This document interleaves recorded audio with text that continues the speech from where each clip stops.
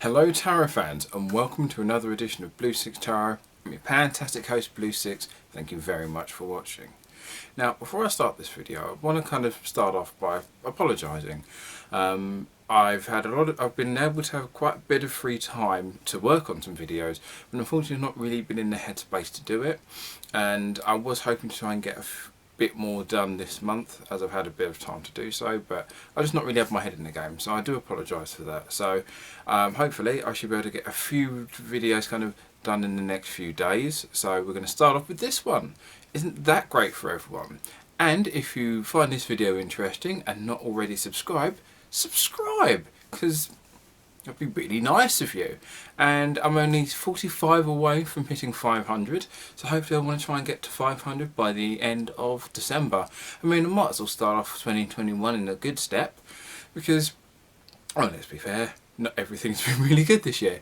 But if you want to see good things, you can follow me on Twitter, Instagram, and my Facebook page at Blue Six Tarot. So give that a go as well, where you get to see my daily updates and other bits and bobs that I like to do.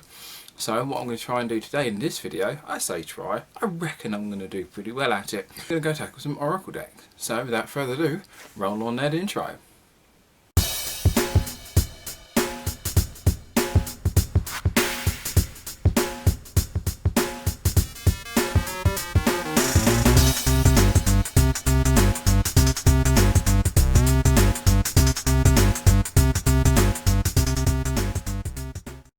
So today we're going to take a look at one of my favourite Oracle decks, the Goddess Guidance Oracle cards. Now, once again, these are done by Doreen Virtue, who has been very controversial. As far as I'm aware, I don't really know the full story, but she's not necessarily liked by some readers. But some of her decks I do quite like myself. So if you're not a fan of her in particular, fine. But I do like some of the decks. But of course, first thing we've got to do, I'm going to measure up. So we're looking at 4 inches, just short of 4 inches, about 10 centimeters, by just short of 5.5 inches, almost 14 centimeters. So this is done by this is produced by Hay House. Oh, sorry, not Hay House. Lifestyle. I always get distracted by the H. Oh yeah, so this is Lifestyles, published these, and it is a nice slidey box. I do prefer the nice slide lid boxes. That way you don't really have to worry too much about having to put these in a bag. With most of my tarot, the boxes tend to be quite thin, so if they're a tarot I like to use a lot, they tend to have their own bag, otherwise the box gets damaged, whilst these boxes are quite solid, so you don't necessarily have to worry about a bag. On the back you have, once again I'll just let you pause, have a quick read through for that. But we've got some nice cards in the background here. Not all, some of them I can read, but not all, but I'm not going to bore you with that. So first of all, let's take a look at the cards themselves. Now, I've had these for a few years, so these are a little worn. So take them out. So these have the nice kind of gold trim there, which I really like. Although, as I said, these are quite worn at this point. We'll take a look at the cards in a second, just put them there. We'll take a look at the book. Focus. Right, so we'll take a look at the book. So you basically have all of the goddesses in alphabetical order. And the thing about these is that these are goddesses from all different cultures. So you've got your nice intro here. And how to work with them. Everyone's gifts. As I said, I don't tend to read the book a lot, read through the books, but it even does like when a card jumps out to do reading upside down. So it does cover a lot of the things that a lot of for a lot of new card readers, which is good. And then it just basically starts with the first. Then afterwards, it just goes in with the cards. A small photo of the card itself, and then followed by its message, general demeanour, and then which culture it comes from, which is always quite interesting. But we are now going to take a look at some of the selected cards.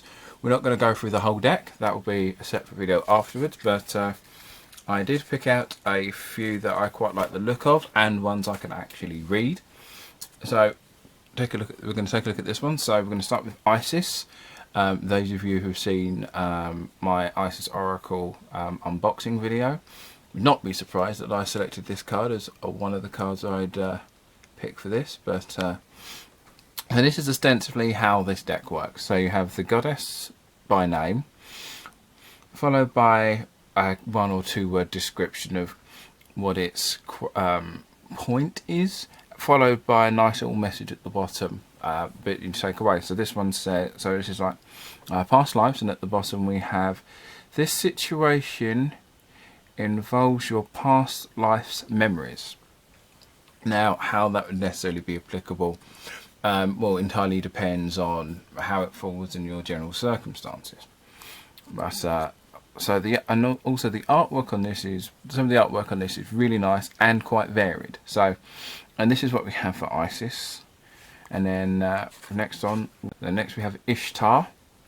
That's a bit of a mark there. So we've got Ishtar, which I believe is more Babylonian. I'm a bit rusty with my history, with my mythology, but it's around that sort of era. I'm not quite sure, but I know that Ishtar, I believe that Ishtar went to the underworld to get back her husband. I believe that's one of her stories. Leave a message in the comments if I got that wrong. This is the internet. People are going to tell me if I got stuff wrong. So obviously this one talks about boundaries, and your nice message at the bottom here.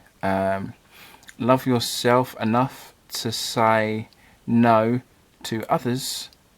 Determines on your depending on your time and energy. And so once again, it's a different art style to what we had with Isis, but I still think it was quite good. And the colour boundary is also different depending on the card. I don't think it's based on anything in particular, but it just comes across as this nice different colours. These colours repeat, but it kind of keeps the deck fresh. So now we have Kali,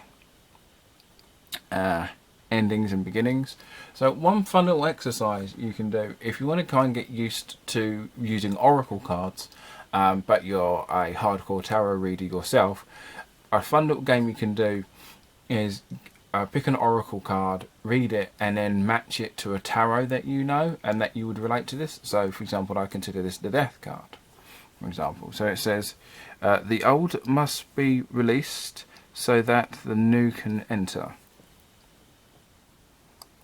That's cool there. And I like the flower in a palm there, the third eye. And then we've got a bit of Greek going in. We've got Artemis. So we've got Artemis, Guardian, you and, make sure my hand can be seen. You and your loved ones are safe and spiritually protected. So that's also quite nice. There's some nice foam messages. The sunset in this looks good. This is more closer to, not quite photographic realism, but quite good. Of course I had to have Aphrodite in this. And there's a couple of other interesting people who come up in this deck. But this one is about inner goddess rather than out and out romance, which is kind of interesting. And I think the orange looks quite good as well. Awaken the goddess within you through dance, self-care, and accepting your destiny. I probably misread that. Yeah, so the artwork on her is quite nice. As I said, once again, very different. It has a kind of, you know, when if you watch videos on YouTube about like Irish culture, and you kind of have this sort of look, women with this sort of look. So for some reason, she kind of has a very kind of Irish vibe. But then I'm English. I could be projecting stereotypes again. So you've got Sekhmet, another Egyptian. So be strong. So I'd once again connect this with strength if I was to be playing the tarot oracle matching. But then also she's the light. There's the lion, so you can see the connection there.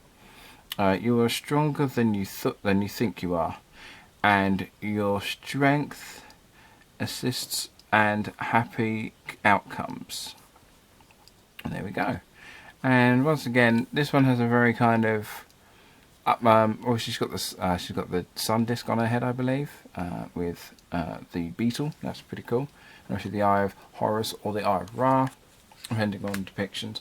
Now I shut her in here because this should be interesting. So you've got Mother Mary, expect a miracle, which is quite interesting. And I now, once again, I'm not really an expert in fine art, so I'm not sure if this is a piece that already exists of the Virgin Mary, or if this is a picture for the sake of this piece, for this deck.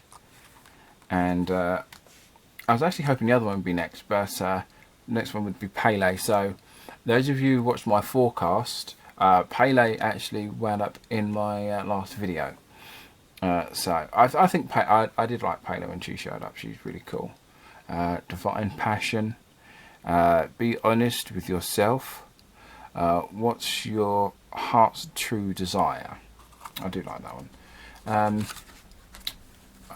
I put them in here as well, which is Kunyin. If once again, if I've butchered that pronunciation, I do apologise. So this is more a sense of compassion. And Kunyin actually appeared in the tale of I can't remember the bloody name of it now. Tripitaka. There we go. Tripitaka. The story of the Monkey King taking the Journey to the West. There we go. They feature in Journey to the West. And we'll get there eventually. We've got Mary Magdalene as well.